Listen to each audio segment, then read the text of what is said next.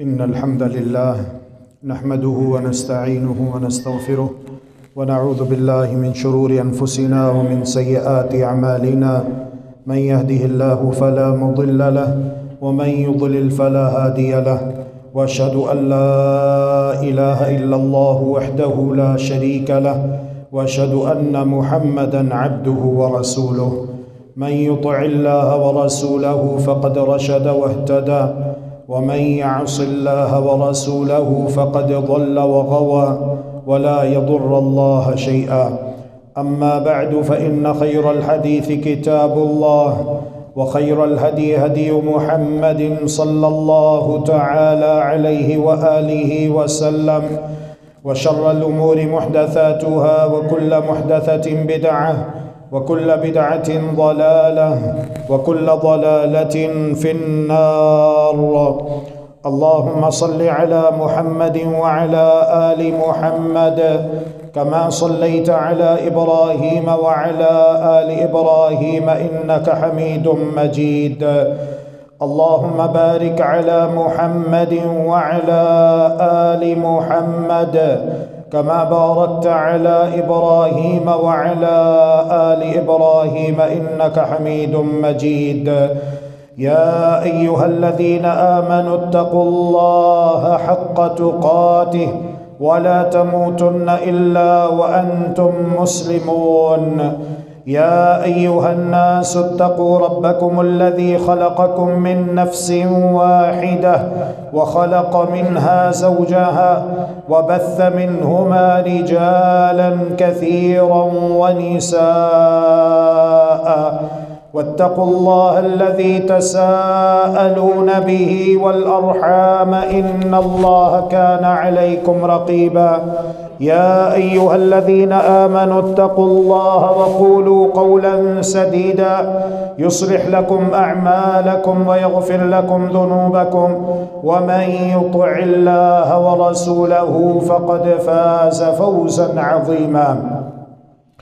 أما بعد، فأعوذ بالله العظيم وبوجهه الكريم وسلطانه القديم من الشيطان الرجيم، من همزه ونفخه ونفثه. بسم الله الرحمن الرحيم. أقم الصلاة لدلوك الشمس إلى غسق الليل وقرآن الفجر إن قرآن الفجر كان مشهودا. سبحانك لا علم لنا إلا ما علمتنا إنك أنت العليم الحكيم. رب اشرح لي صدري ويسر لي أمري واحلل عقدة من لساني يفقه قولي، واجعل لي وزيرا من أهلي. رب زدني علما، رب زدني علما، رب زدني علما. اللهم إنا نسألك علما نافعا ورزقا طيبا وعملا متقبلا. اللهم أرنا الحق حقا وارزقنا اتباعه، وأرنا الباطل باطلا وارزقنا اجتنابه. اللهم إنا نعوذ بك من جهد البلاء ودرك الشقاء وسوء القضاء وشماتة الأعداء. اللهم إنا نعوذ بك من زوال نعمتك وتحول عافيتك وفجاءة نقمتك وجميع سخطك. اللهم طهر قلوبنا من النفاق، وأعمالنا من الرياء، وألسنتنا من الكذب، وأعيننا من الخيانة، فإنك تعلم خائنة الأعين وما تخفي الصدور.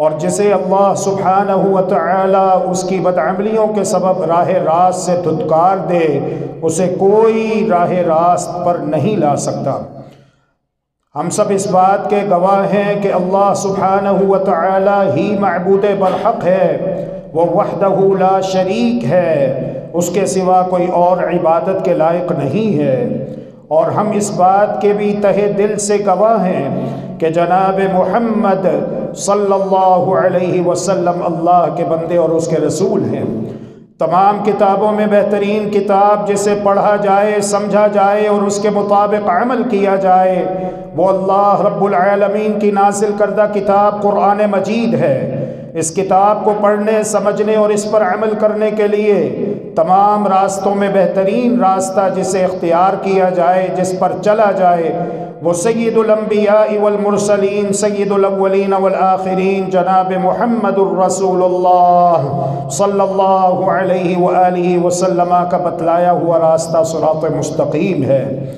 دین اسلام مکمل ہو چکا، وحی الہی کا سلسلہ منقطع ہو چکا، لہذا تکمیل دین کے بعد اور وحی الہی کا سلسلہ منقطع ہو جانے کے بعد اب ہر وہ کام جو اپنے پاس سے دین میں داخل کیا جائے گا اسے بدعت کہتے ہیں، اور ہر قسم کی بدعت گمراہی ہے، اور ہر قسم کی گمراہی کا انجام جہنم کی آگ ہے۔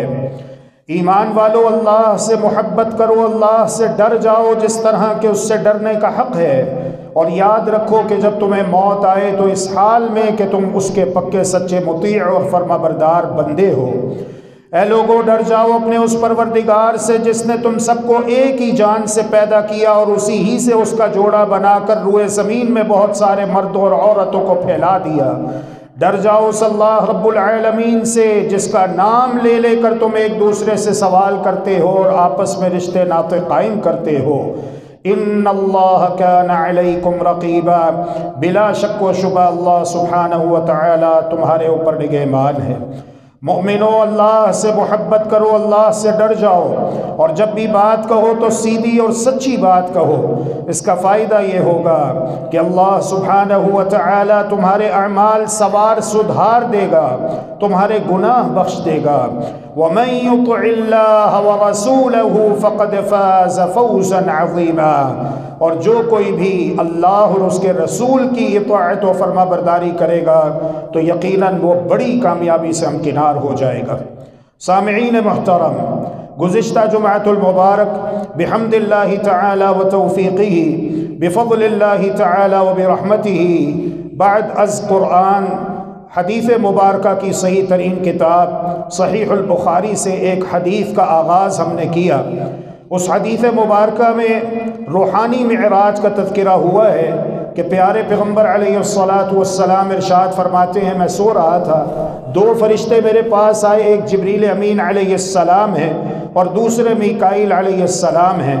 انہوں نے مجھے اپنے ساتھ چلنے کے لیے کہا، میں ان کے ساتھ چلتا رہا، بالآخر چلتے چلتے دوزخ میں ایک ایسا مہیب منظر میں نے دیکھا کہ ایک شخص الٹا لیٹا ہوا ہے اور دوسرا شخص چٹان نما بھاری پتھر لیے اس کے سرہانے کھڑا ہے، اور وہ پوری قوت کے ساتھ پتھر کو سر سے اٹھاتے ہوئے اوپر لے جاتا ہے اور نیچے جھک کر الٹے لیٹے ہوئے شخص کے سر پر پتھر دے مارتا ہے، اس کے سر کو کچل کے رکھ دیتا ہے، پتھر لڑکتا ہوا دور جا گرتا ہے، مارنے والا پتھر کے تعاقب میں جاتا ہے، اور جتنی دیر میں پتھر لے کر واپس آتا ہے اتنی دیر میں اس کا سر اپنی پہلی اصل حالت پہ لوٹ چکا ہوتا ہے۔ وہ دوبارہ اسی پوزیشن میں آ کر پوری قوت کے ساتھ پتھر مارتا ہے اور اس کے سر کو کچل کے رکھ دیتا ہے۔ یہ سلسلہ تعذیب اور عذاب و عقاب کا یہ سلسلہ جاری رہے گا جب تک قیامت قائم نہیں ہو جاتی۔ محمد الرسول اللہ صلی اللہ علیہ وآلہ وسلم ارشاد فرماتے ہیں، میں نے کہا سبحان اللہ، اللہ پاک ہے، ما ہؤلاء، اللہ پاک ہے، اللہ پاک ہے، وہ کسی کو بلا وجہ عذاب نہیں دیتا۔ ذَلِكَ أَن لَّمْ يَكُن رَّبُّكَ مُهْلِكَ الْقُرَىٰ بِظُلْمٍ وَأَهْلُهَا غَافِلُونَ، قرآن کی آیت ہے۔ تمہارے پروردگار کی سنت یہ ہے، ذَلِكَ أَن لَّمْ يَكُن رَّبُّكَ مُهْلِكَ الْقُرَىٰ بِظُلْمٍ، کہ اللہ تبارک و تعالی کسی بستی، علاقے، ملک کے باشندوں کو اس وقت تک مبتلا عذاب نہیں کرتا جب تک ان پر اتمام حجت نہ ہو جائے، تاکہ کہیں ایسا نہ ہو کہ جب عذاب آئے تو کوئی کہنے والا یہ کہہ دے کہ ہمیں عذاب کیوں دیا جا رہا ہے، ہم نے ایسا کیا کیا کہ ہمیں تباہ و برباد کر کے رکھ دیا گیا، ہمیں تہس نہس کر کے رکھ دیا گیا۔ تو یہ اللہ تبارک و تعالی کی سنت ہے دنیا میں بھی اور آخرت میں بھی، کہ اللہ تبارک و تعالی اس وقت تک کسی کو عذاب نہیں دیتا، فرشتوں کو حکم نہیں دیا جاتا کہ فرشتوں اسے پکڑ لو، اسے قابو کرو، اسے مارو، اسے عذاب دو، اس کے جسم پر کوڑے برساؤ، یہ حکم نہیں دیا جاتا جب تک جسے سزا ملنی ہوتی ہے، عذاب دیا جانا ہوتا ہے، اسے پتہ نہ چل جائے کہ جو عذاب تمہیں دیا جا رہا ہے یہ کیوں دیا جا رہا ہے۔ اسی لیے کہا سبحان اللہ، اللہ پاک ہے، اللہ پاک ہے، ما ہؤلاء، یہ کون لوگ ہیں۔ اور یہاں پر میں نے یہ کہا تھا اللہ کی توفیق سے، اللہ کے فضل سے آپ کو یاد ہونا چاہیے کہ یہ بھی اللہ تبارک و تعالی کی رحمت ہے کہ اللہ رب العالمین نے وقت آنے سے پہلے ہی ہمیں بتا دیا کہ دیکھو یہ کام ہے، اگر کرو گے تو تمہیں یہ انعامات ملیں گے، اللہ راضی ہوگا، اللہ تم سے محبت کرے گا، اللہ رب العالمین تمہیں جنت میں داخل فرمائے گا، تمہیں جہنم کے عذاب سے بچا لے گا، دنیا میں پرسکون زندگی دے گا، تمہاری موت اچھی ہو جائے گی، تمہاری قبر جنت کا باغ بن جائے گی، تمہیں قیامت کے دن اللہ تبارک و تعالی کے عرش کا سایہ نصیب ہو جائے گا، قیامت کے دن محمد الرسول اللہ صلی اللہ علیہ وسلم اپنے دست مبارک سے تمہیں حوض کوثر کا جام پلائیں گے۔ لیکن شرط یہ ہے کہ تم توحید اور سنت کے تقاضے پورے کرو، تم اچھے اعمال کرو، برے اعمال سے اپنے آپ کو بچاؤ۔ لیکن اگر تم ایسا نہیں کرتے، تم صراط مستقیم کو چھوڑ دیتے ہو، جنت کے راستے کو چھوڑ دیتے ہو، شیطان کے پیروکار بن جاتے ہو اور شیطان کی باتوں میں الجھ جاتے ہو، توبہ بھی نہیں کرتے، اللہ سے اپنے گناہوں کی معافی بھی نہیں مانگتے، ہاں اگر معافی مانگ لو تو وہ غفور الرحیم ہے، وہ تمہارے سارے گناہ بخش دے گا۔ لیکن اگر تم معافی نہیں مانگو گے، توبہ بھی نہیں کرو گے، استغفار بھی نہیں کرو گے، بغیر توبہ کے آ جاؤ گے، تو پھر تیار رہو، تمہارے لیے یہ سزائیں اللہ رب العزت نے رکھی ہوئی ہیں۔ انہی سزاؤں میں سے ایک سزا یہ ہے جو ابھی آپ نے سنی ہے۔ جرم کیا ہے؟ سزا تو ہم نے سن لی، ایک جرم ہم نے بیان کیا تھا کہ یأخذ القرآن فیرفضہ، اس کے پاس اللہ کا قرآن آیا، اللہ رب العالمین کی تعلیمات آئیں، اللہ رب العالمین کے احکامات آئے، لیکن اس نے سنی انسنی کر دی، اس نے سنی انسنی کر دی، تکبر میں مبتلا ہو کر، کبر و غرور میں مبتلا ہو کر، جس طرح کے قارون، قرآن بتاتا ہے، قرآن مجید بتاتا ہے ان قارون کان من قوم موسیٰ، یہ جو قارون ہے یہ بنو اسرائیل میں سے تھا، یہ بنو اسرائیل میں سے تھا، من قوم موسیٰ، اس کے پاس بڑا علم تھا، لیکن ایسے علم کا کیا فائدہ، ایسے علم کا کیا فائدہ، اچھی باتیں تو دیواروں کے اوپر بھی لکھی ہوئی ہوتی ہیں، ایسے علم کا کیا فائدہ جس کے اوپر عمل نہ کیا جائے۔ اس کے پاس بڑا علم تھا، لیکن دنیا کی محبت میں گرفتار ہو گیا اور اللہ تبارک و تعالی کی نافرمانی اور بغاوت پر اتر آیا اور ظلم اور سرکشی کا راستہ اس نے اختیار کیا۔ قرآن مجید بتاتا ہے تفصیل کے ساتھ کہ اسے سمجھانے والوں نے سمجھایا، لیکن آگے سے مذاق کیا کرتا تھا، آگے سے مذاق اڑایا کرتا تھا۔ تو اللہ تبارک و تعالی نے محمد الرسول اللہ صلی اللہ علیہ وسلم کے قلب اطہر پہ نازل ہونے والا قرآن بھی بتاتا ہے، اور آپ کی حدیث میں بھی یہ بات ہے کہ اللہ تبارک و تعالی نے اسے زندہ زمین میں دھسا دیا، اب وہ زندہ زمین میں دھستا چلا جا رہا ہے، دھستا چلا جا رہا ہے، دھستا چلا جا رہا ہے، کوئی مانے یا مذاق اڑائے، لیکن یہ حقیقت ہے، یہ حق اور سچ ہے، کیونکہ یہ اللہ اور اس کے رسول کی بات ہے کہ وہ قیامت تک زمین میں دھستا رہے گا۔ استغفر اللہ واتوب الیہ۔ تو اسی طرح یہ بھی عذاب کا سلسلہ ہے۔ اصل میرے اور آپ کے کرنے کا کام یہ ہے، ہمارے نوجوانوں کے کرنے کا کام یہ ہے، ہمارے بزرگوں کے کرنے کا کام یہ ہے، ہماری خواتین کے کرنے کا کام یہ ہے، ہماری ماؤں بہنوں بیٹیوں کے کرنے کا کام یہ ہے کہ ان باتوں کو سنیں اور اپنے آپ کو اس جرم سے بچائیں جو جرم اللہ کے رسول صلی اللہ علیہ وسلم نے بیان کیا کہ اس کی وجہ سے اسے یہ عذاب دیا جا رہا ہے۔ ابھی سے ہی سچی توبہ کر لیں اور اس بات کا پختہ ارادہ کر لیں کہ آئندہ جو بھی اللہ اور اس کے رسول صلی اللہ علیہ وسلم کا حکم ہمارے علم میں آئے گا، ہم نے انشاءاللہ اس کے اوپر فوراً لبیک کہنا ہے، سمعنا و اطعنا کہنا ہے۔ سمعنا ہم نے سن لیا، اطعنا ہم نے مان لیا۔ آمنا و صدقنا کو اپنا شعار بنانا ہے۔ آمنا ہم ایمان لے آئے، و صدقنا ہم نے اپنے عمل سے اس کی تصدیق کی، تاکہ دنیا بھی بہتر ہو جائے، آخرت بھی بہتر ہو جائے۔ جو بھی اللہ رب العالمین کا حکم ہے اس کا تعلق عقائد سے ہو یا عبادات سے ہو یا معاملات سے ہو۔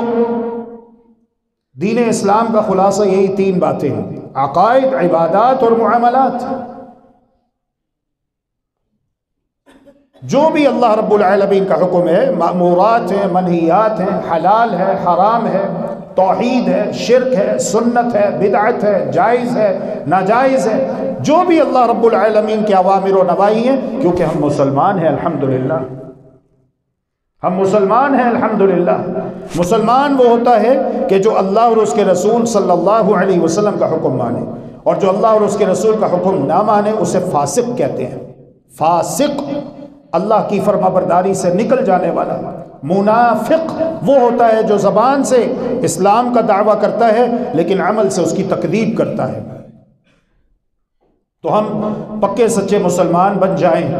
ایک بچہ میٹرک میں داخلہ لے لیتا ہے، ایف اے میں داخلہ لے لیتا ہے، بی اے ایم اے میں ایڈمیشن ہو جاتا ہے اس کا، اور فقط ایڈمیشن ہی پر یہ سمجھتا ہے کہ میں نے ایم اے کر لیا، دنیا اسے احمق کہے گی، دنیا اسے بے وقوف کہے گی۔ اس کا والد سب سے پہلے اسے سمجھائے گا کہ بیٹا ابھی تم نے ایم اے میں داخلہ لیا ہے، تم نے ایم اے کیا نہیں۔ جب تم کتابیں پڑھو گے، تھیسس لکھو گے، امتحان پاس کرو گے، ایم اے کی ڈگری لو گے، پھر کہنا کہ میں نے ایم اے کر لیا، ابھی تم نے ایم اے نہیں کیا۔ باپ بیٹے کو سمجھائے گا۔ یہی معاملہ ہے ایمان اسلام کا۔ ابھی ہم نے ایمان اسلام میں کلمہ پڑھ کے داخلہ لیا ہے، ابھی امتحان دینا ہے اپنی صورت کے ساتھ، اپنی سیرت کے ساتھ، اور یہ امتحان جب تک میں اور آپ اس دنیا کے اندر زندہ ہیں قدم قدم پر ہمارا لیا جائے گا۔ اللہ رب العالمین ہمیں چیک کرے گا، ہمارا امتحان لے گا۔ یہ کیا کرتے ہیں؟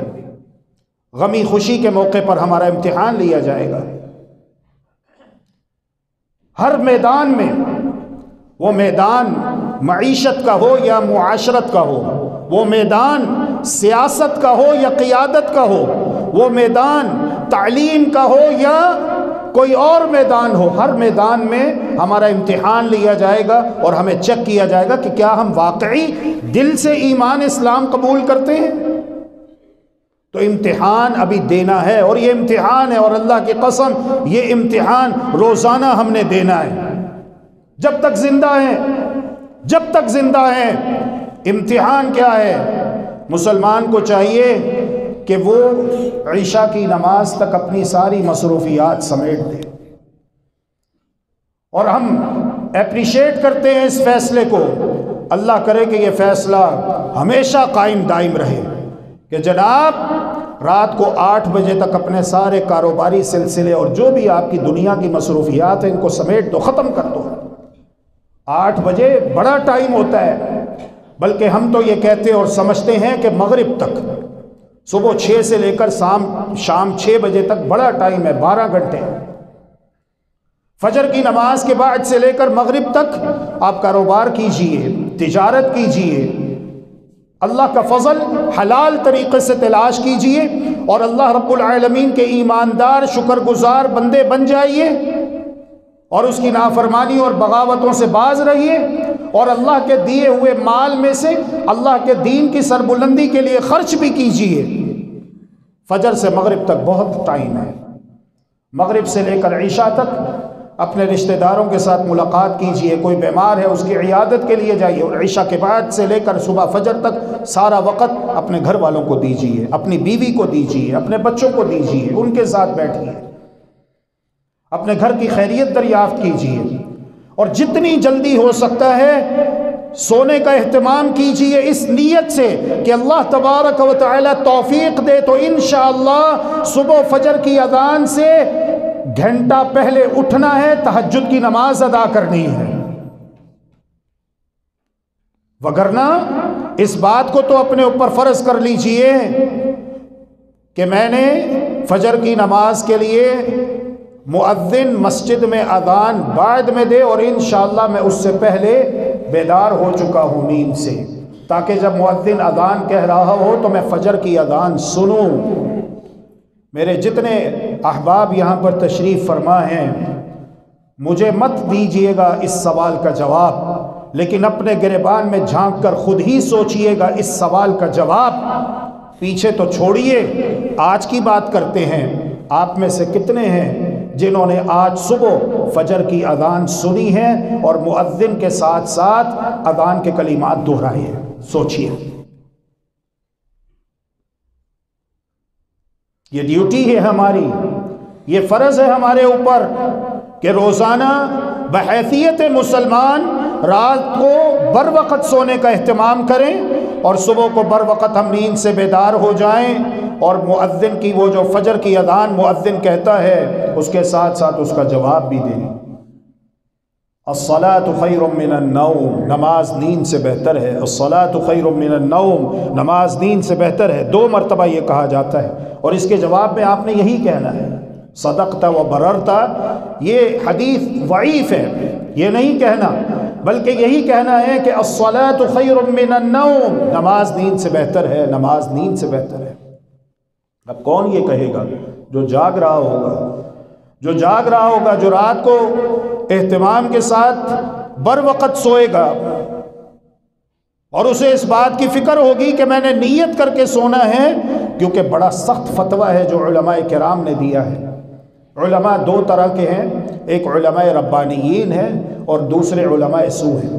علماء ربانیین وہ ہیں کہ جو جب بھی بات کرتے ہیں تو حق اور سچ کی بات کرتے ہیں، لوگوں کے چہرے نہیں دیکھتے، لوگوں کی پیشانیاں نہیں دیکھتے، لوگوں کے غصے کو کوئی اہمیت نہیں دیتے۔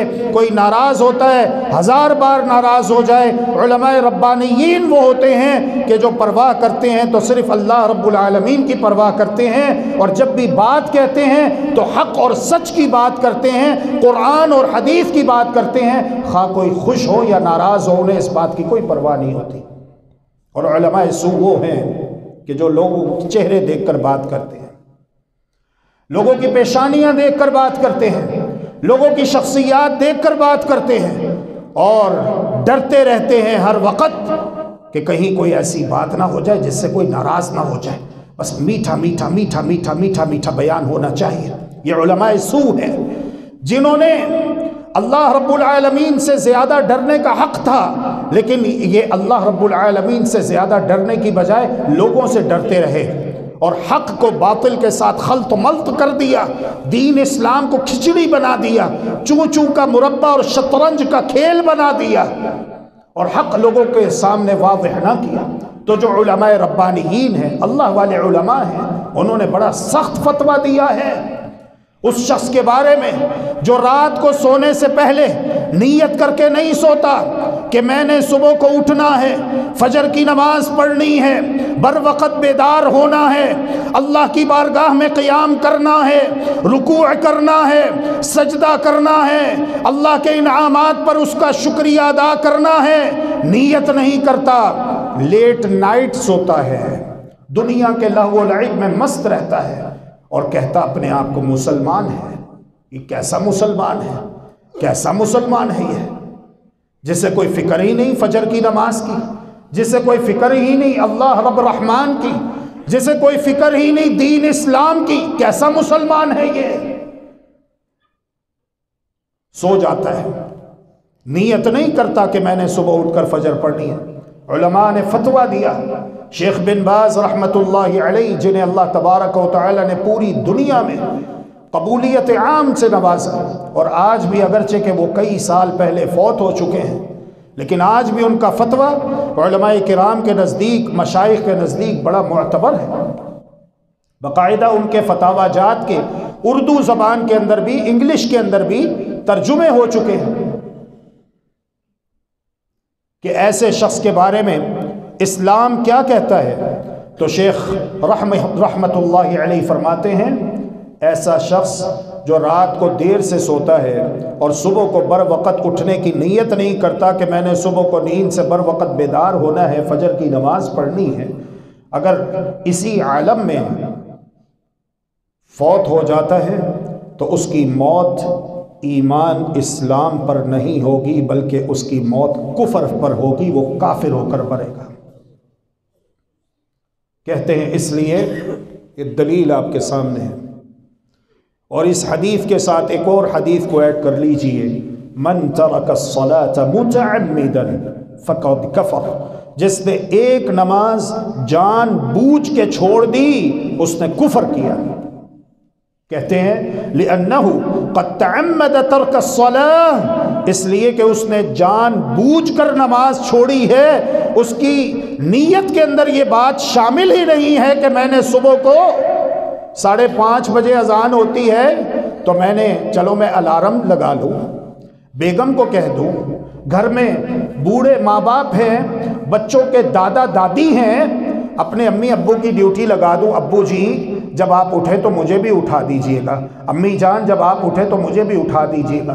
70 سال کے بزرگ، 80 سال کی بزرگ ماں، چلو جب وہ اٹھے تہجد کے لیے تو اپنے بیٹوں کو بھی اٹھا دے، کوئی اہتمام ہی نہیں، کوئی ماحول ہی نہیں گھر کے اندر۔ اور اگر کسی بڑے سے بات کر لیجئے تو وہ کیا جواب دیتے ہیں، او جی کیا کریں، اٹھا کے تھک گئے، ہماری کوئی سنتا ہی نہیں، ہمیں کوئی کچھ سمجھتا ہی نہیں ہے۔ اور اگر زیادہ بولو تو وہ 2-4 پھر آگے سخت جملے بول کے اپنے آپ کو مطمئن کرتے، اس طرح جان نہیں چھوٹے گی۔ اللہ رحم کرے، اللہ رحم کرے، اللہ رحم کرے، اللہ رحم کرے، اللہ نہ کرے۔ اگر کسی کے گھر میں آگ لگ جائے تو کیا گھر والے اور گھر کے بڑے بچوں کو اس آگ کی نظر کر کے وہاں سے چلے جائیں گے اپنی جان بچا کے، یا کیا کریں گے؟ میں یہ سمجھتا ہوں کہ وہ اپنی جان کو خطرے میں ڈال کر آگ میں کود پڑیں گے اور اپنے بچوں کو وہاں سے نکالنے کی ہر ممکن کوشش کریں گے، اور ممکن ہے کہ بچوں کو بچاتے ہوئے ان کی اپنی جان چلی جائے۔ یہ دنیا کی آگ ہے میرے عزیزو، یہ سوچئے کہ جہنم کی آگ جو دنیا کی آگ سے 69 درجے زیادہ گرم ہے، اس آگ سے بچانے کے لیے میں نے اور آپ نے کیا فکر کی ہے، کیا تدبیر کی ہے؟ اول تو اہتمام ہی نہیں ہے ہمارے گھروں میں فجر کے وقت اٹھنے کا، یا اگر کوئی 1-2 بزرگ افراد اٹھتے بھی ہیں تو اہتمام ہی نہیں کرتے اٹھانے کا۔ چلو اپنی بہو کو اٹھائیں، اس کا دروازہ کھٹکھٹائیں، اپنے بچوں کو اٹھائیں، نیند سے بیدار کریں، لائٹس آن کر دیں، چلو بھائی اٹھو، لحاف کھینچ لیں، جو بھی طریقہ ہونا چاہیے۔ ہینٹر رکھو گھر کے اندر ایک، میں نہیں کہہ رہا، میرے اوپر نہ لگانا فتویٰ، یہ ہمارے نبی نے کہا ہے۔ کس نے کہا ہے؟ ہمارے نبی نے کہا ہے۔ گھر میں کوڑا لٹکا کے رکھو، علق الصوت فی البیت، کوڑا لٹکا کے رکھو ڈرانے کے لیے، کبھی کبھار استعمال کرنا بھی پڑ جائے تو ہلکا پھلکا استعمال بھی کر لو۔ ہمارے نبی نے کہا، محمد الرسول اللہ صلی اللہ علیہ وسلم نے ارشاد فرمایا ہے، مروا اولادکم بالصلاة وهم ابناء 7، جب تمہارے بیٹے اور بیٹیاں 7 سال کے ہو جائیں تو انہیں نماز کا حکم دو، نماز کی تاکید کرو، نماز کی تلقین کرو۔ 3 سال نماز کا کہتے رہو، کہتے رہو، کہتے رہو۔ فجر کے لیے اٹھتے ہو انہیں بھی اٹھاؤ۔ اسکول ٹائم پہ اٹھاتے ہوئے ترس نہیں آتا آپ کو؟ نماز کے وقت اٹھاتے ہوئے بڑا ترس آ رہا ہوتا ہے، ٹھنڈ لگ جائے گی، رات کو جلدی سویا تھا، اے میرا لال میرا بچہ۔ اسکول کے وقت نہیں ترس آتا، بادل زمین پر ہی کیوں نہ آئے ہوئے ہو اور درجہ حرارت منفی ہی کیوں نہ جا رہا ہو، سردی ٹھنڈ عروج کے اوپر ہو، نہیں جناب چھٹی نہیں کروانی، مستقبل کا سوال ہے۔ تو جہنم کی آگ سے بچانے کی کوئی فکر نہیں ہے۔ دین اسلام کو کیا سمجھا ہوا ہے ہم لوگوں نے؟ اسے اپنی خواہشات اور جذبات کے تابع کر دیا ہے۔ اللہ سے ڈر جائیے، توبہ کیجئے، پکے سچے مسلمان بنیے، خود بھی اٹھیے اور اپنے بچوں بچیوں کو بھی جب وہ 7 سال کے ہو جاتے ہیں تو انہیں نماز فجر کے لیے اٹھائیے۔ اور ہاں فرمایا وَضْرِبُوهُمْ عَلَيْهَا وَهُمْ أَبْنَاءُ 10 جب وہ 10 برس کے ہو جاتے ہیں، اب اگر وہ نماز نہیں پڑھتے تو پھر تمہیں اجازت ہے انہیں مارو۔ بیٹھ جاؤ بیڈ پر، بچے کے سر میں پیار محبت سے اپنے ہاتھ کو پھیرو، اس کے چہرے کے اوپر پیار کرو اسے، شروع میں دیکھو اس کی نفسیات، اگر یہ آواز سے ہی اٹھ جاتا ہے تو الحمدللہ۔ دوسرا طریقہ یہ اختیار کرو، اس کے بیڈ پہ بیٹھ جاؤ، اس کو پیار کرو، اسے اٹھاؤ۔ لیکن اگر آپ دیکھ رہے ہو کہ یہ کچھ زیادہ ہی لاڈلا ہو چکا ہے، پیار محبت سے بگڑ رہا ہے، تو پھر ہینٹر ہے، پھر کوڑا ہے، پھر ڈنڈا رکھو، اسٹک رکھو۔ اور اللہ کے فضل و کرم سے یہ ایسا کام کرتا ہے کہ ایک دن جب آپ ہلکا سا لگاؤ گے نا تو دوسرے دن آپ کی آواز پر بچہ نہ اٹھا نا تو آپ نے پھر اگلے جمعے مجھ سے شکایت کرنی ہے آ کر۔ ایک دن استعمال کر کے دیکھو، پھر دیکھو ہمارے گھروں کے اندر اللہ کی کتنی رحمتیں برکتیں آتی ہیں، اللہ رب العالمین ہم سے راضی ہوتا ہے۔ اور یہ اللہ کے رسول صلی اللہ علیہ وسلم کی تعلیمات ہیں۔ خود بھی اٹھیے فجر کے لیے، بچوں کو بھی اٹھائیے، بچیوں کو بھی اٹھائیے، جوان بیٹیوں کو اٹھائیے، جوان بیٹوں کو اٹھائیے، اپنی بہو کو اٹھائیے۔ گھر کے اندر ایسا خوبصورت ماحول ہو جائے، فجر کے وقت کوئی ایک فرد گھر کا سویا نہیں رہنا چاہیے۔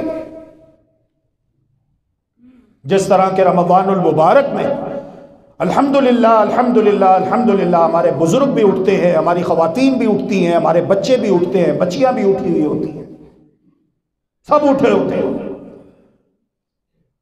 اللہ تبارک و تعالی صرف رمضان کے مہینے کا رب نہیں ہے بلکہ تمام مہینوں کا رب ہے۔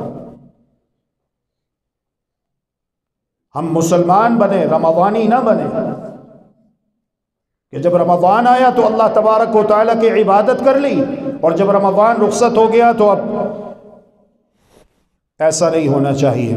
تو اس وعید کو اور اس سزا کو سامنے رکھیے کہ ایک شخص الٹا لیٹا ہوا ہے اور دوسرا چٹان نما پتھر لیے اس کے سرانے کھڑا ہے اور پوری قوت کے ساتھ اس کے سر پر اس پتھر کو دے مارتا ہے، پتھر دور جا گرتا ہے، جتنی دیر میں وہ پتھر اٹھا کر واپس آتا ہے اتنی دیر میں اس کا سر اپنی پہلی اصل حالت پر لوٹ چکا ہوتا ہے۔ وہ دوبارہ اسی پوزیشن میں آ کر پوری قوت کے ساتھ اس پتھر کو دے مارتا ہے اور اس کا سر کچل کے رکھ دیتا ہے، پتھر دور جا گرتا ہے، اور عذاب کا یہ سلسلہ قائم رہے گا جب تک قیامت قائم نہیں ہو جاتی۔ استغفر اللہ واتوب الیہ۔ جرم کیا ہے؟ ینام عن الصلاۃ المکتوبہ، فرض نماز کے وقت سویا رہتا تھا۔ تو نمازوں کے وقت سوئے نہیں رہنا چاہیے۔ اچھا، کتنے لوگ ایسے ہوتے ہیں جو جاگ رہے ہوتے ہیں لیکن نماز کے وقت ان کی حالت وہی ہوتی ہے جو سوئے ہوئے شخص کی ہوتی ہے، کہ وہ مارکیٹ میں ہے، وہ دکان میں ہے، وہ اپنے اسکول میں ہے، اکیڈمی میں ہے، کالج میں ہے، کورٹ کچہری تھانہ میں ہے۔ اذان کی آواز سنتے، مسجدیں تو ماشاءاللہ ہر جگہ پر ہیں، اذان کی آواز سنتے، لیکن اذان کی آواز سننے کر اور سننے کے بعد ایسے ہو جاتے جیسے انہوں نے سنی نہیں، جس طرح ایک آدمی سویا ہوا ہوتا ہے۔ تو ان دونوں میں کیا فرق ہے؟ سویا ہوا اور یہ جاگنے والا جس نے اذان سن کر اذان کو کوئی اہمیت ہی نہیں دی، یہ دونوں برابر ہوئے کہ نہ ہوئے؟ اور یہ دونوں پھر مجرم ہیں کہ نہیں ہیں؟ یہ دونوں پھر اس سزا کے مستحق ہیں کہ نہیں ہیں؟ سوچئے۔ ہاں، توبہ کر لیں، توبہ کر لیں، اللہ غفور الرحیم ہے۔ اور ہمارا مقصد بھی جمعۃ المبارک کا یہی ہوتا ہے کہ ایمان کو تازہ کیا جائے، وہ جو غفلت کے پردے ہمارے دلوں کے اوپر چھا چکے ہیں انہیں ہٹایا جائے، ہوش کے ناخن لیں۔ وقت ہمارے پاس بہت تھوڑا ہے، کبھی بیٹھ کر تنہائی میں سوچیں کہ میں اپنی زندگی کے کتنے سال گزار چکا ہوں، آگے پتہ نہیں کتنا وقت باقی ہے، 2 سال ہیں، 5 سال ہیں، 10 سال ہیں، 20 سال ہیں، 30 ہیں، 40 ہیں، 50 ہیں، اللہ اعلم کتنا جی لیں گے دنیا میں، کتنا جی لیں گے۔ پہلے امتوں کی جو عمریں تھی وہ تو ہزار سال ہوا کرتی تھی، تو ہماری عمریں امت محمدیہ کی عمریں ہیں 60-70 کے درمیان ہیں، بہت تھوڑے ہیں جو 70 سے اوپر جاتے ہیں۔ اللہ اکبر۔ تو جتنی بھی انسان کی زندگی رہ گئی ہے، انسان سچی توبہ کرے اور باقی جو زندگی ہے وہ اللہ اور اس کے رسول صلی اللہ علیہ وآلہ وسلم کی اطاعت و فرما برداری میں گزارے۔ یہی عافیت کا راستہ ہے، یہی کامیابی کا راستہ ہے۔ جناب محمد الرسول اللہ صلی اللہ علیہ وآلہ وسلم نے ارشاد فرمایا، بشر المشائین فی الظلم الی المساجد، ہاں اندھیروں میں مسجدوں کی طرف چل کے جانے والوں کو خوشخبری سنا دو، بالنور التام یوم القیامہ، قیامت کے دن جب اندھیرے ہی اندھیرے ہوں گے اللہ رب العالمین انہیں مکمل نور عطا فرما دے گا۔ قیامت کے دن بھی نور ملے گا اور انشاءاللہ قبر میں بھی نور ملے گا انشاءاللہ۔ محمد الرسول اللہ صلی اللہ علیہ وسلم نے ارشاد فرمایا، رکعتا الفجر خیر من الدنیا وما فیہا، فجر کی نماز سے پہلے جو 2 سنتیں ادا کی جاتی ہیں یہ دنیا اور دنیا کے تمام قیمتی اثاثہ جات سے زیادہ قیمتی ہیں اور زیادہ اہمیت کی حامل ہیں اللہ تبارک و تعالی کے نزدیک۔ اندازہ کیجئے دنیا، اللہ اکبر، دنیا میں کتنے مالدار لوگ ہیں، دولت مند افراد ہیں، صاحب ثروت ہیں، ساری دنیا مشرق سے لے کر مغرب تک، شمال سے جنوب تک، آپ حساب لگائیے، اعداد و شمار سے بات باہر نکل جاتی ہے۔ دنیا اور دنیا کے تمام خزانے محمد الرسول اللہ صلی اللہ علیہ وسلم نے ارشاد فرمایا ایک طرف ہیں، اور دنیا کے تمام قیمتی خزانوں سے بھی زیادہ قیمتی ہیں فجر کی 2 سنتیں جو نماز فجر سے پہلے ادا کی جاتی ہیں۔ اللہ اکبر۔ نماز فجر کی 2 سنتوں کی اتنی فضیلت ہے تو نماز فجر کی بذات خود کتنی زیادہ فضیلت ہوگی، اور اگر ثواب اتنا زیادہ ہے تو جو لوگ جان بوجھ کر فجر کی نماز کو چھوڑ دیتے ہیں پھر ان کا گناہ اللہ رب العالمین کے نزدیک کتنا بڑا ہوگا، کیونکہ یہ اصول ہے کہ اگر فضیلت بہت زیادہ ہے کسی کام کو کرنے کی تو اس کام کو نہ کرنے کی جو سزا ہے وہ بھی بہت زیادہ ہوتی ہے۔ اس لیے دونوں باتیں، تصویر کے دونوں رخ ہمیں اپنے سامنے رکھنے چاہیے۔ محمد الرسول اللہ صلی اللہ علیہ وآلہ وسلم نے ارشاد فرمایا، ما من رجل يتطهر فيحسن الطهور فيعمد إلى المسجد فيصلي فيه فما يخطو خطوة إلا رفع الله له بها درجة وحط عنه بها خطيئة، أو كما قال عليه الصلاة والسلام۔ جب بھی کوئی مسلمان اپنے گھر سے وضو کر کے مسجد کی طرف چلتا ہے تو اللہ تبارک و تعالی اسے ہر قدم پر ایک نیکی عطا فرماتا ہے اور اس کا ایک گناہ معاف کرتا ہے۔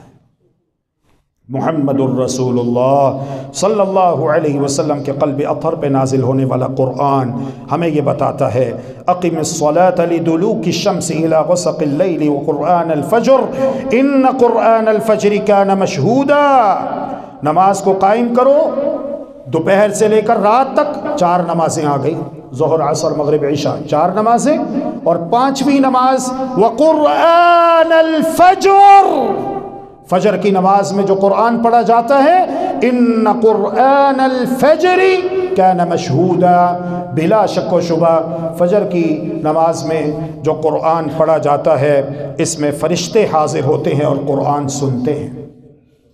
ایک معنی میں نے یہ بھی پڑھا کہ پوری رات انسان جب سوتا ہے نا، صبح کو بیدار ہوتا ہے تو اس کی طبیعت قرآن سننے کے لیے بے چین ہو رہی ہوتی ہے، مچل رہی ہوتی ہے، بے تاب ہو رہی ہوتی ہے۔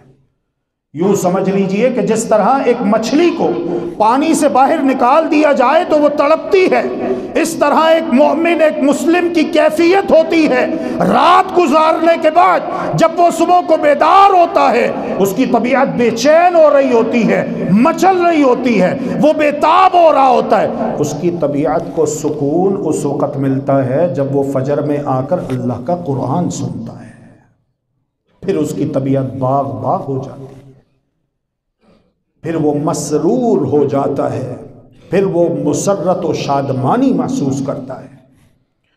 محمد الرسول اللہ صلی اللہ علیہ وآلہ وسلم ارشاد فرماتے ہیں، یعقد الشیطان علی قافیۃ رأس احدکم اذا هو نام 3 عقد۔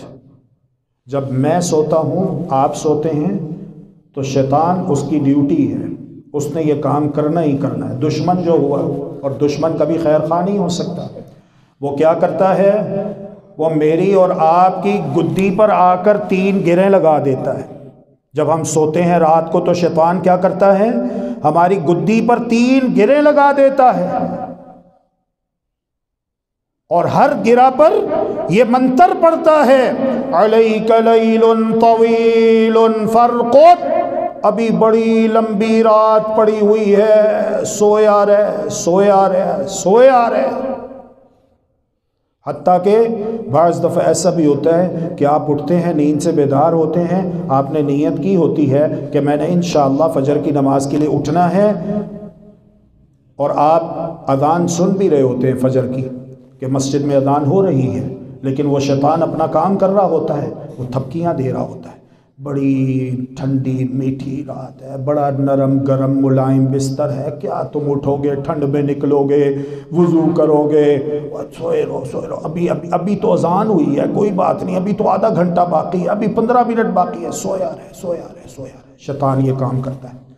محمد الرسول اللہ صلی اللہ علیہ وسلم ارشاد فرماتے ہیں، جب انسان فَإِذَا هُوَ قَامَ وَذَكَرَ اللَّهَ، جب وہ نیند سے بیدار ہو جاتا ہے، اعوذ باللہ من الشیطان الرجیم، لا حول ولا قوة الا باللہ، بسم اللہ الرحمن الرحیم، ہمت سے کام لیتا ہے، اللہ کا ذکر کرتا ہے، لا حول ولا قوة الا باللہ پڑھتا ہے، اعوذ باللہ من الشیطان الرجیم کہتا ہے، بسم اللہ الرحمن الرحیم پڑھتا ہے، الغرض اللہ کا ذکر کرتا ہے، اللہ کو یاد کرتا ہے، اللہ سے مدد مانگتا ہے،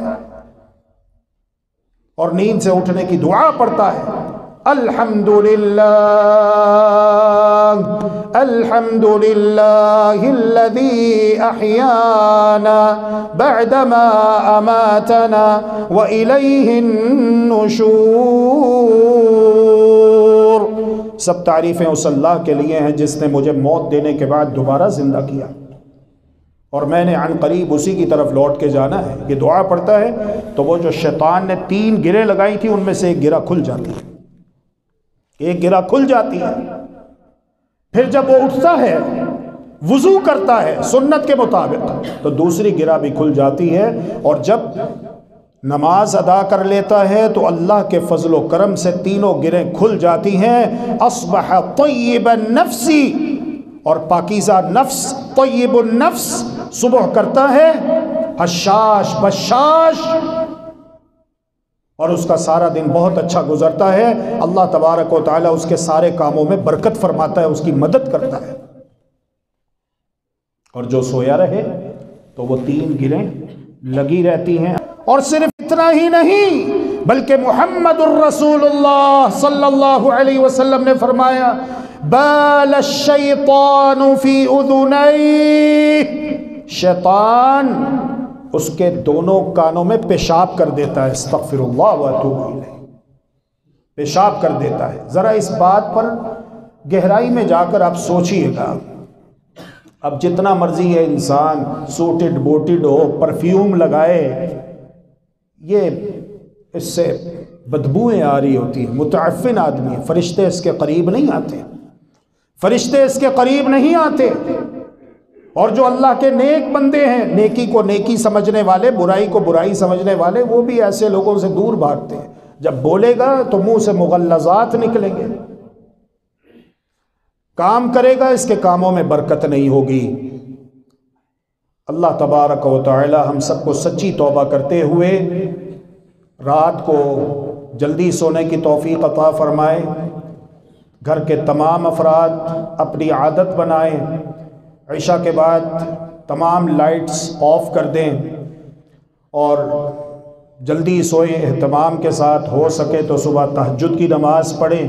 یہ تہجد ہی قبر میں کام آنی ہے، یہ نمازیں ہی قبر میں کام آنی ہیں، اور یہ نیک اعمال سے ہی روشنی ہوگی قبر میں، وگرنہ یہ مال، یہ دولت، یہ کوٹھیاں، یہ بنگلے، یہ پاور، یہ پوزیشن، یہ عہدے اور یہ منصب، یہ کچھ کام نہیں آئیں گے، نہ موت کے وقت، نہ قبر میں، اور نہ قیامت کے دن۔ اللہ تبارک و تعالی ہمارے اندر جنتیوں والی اچھی صفات پیدا فرما دے اور جہنمیوں دوزخیوں والی بری صفات سے ہمیں محفوظ فرما لے۔ وآخر دعوانا ان الحمد للہ رب العالمین۔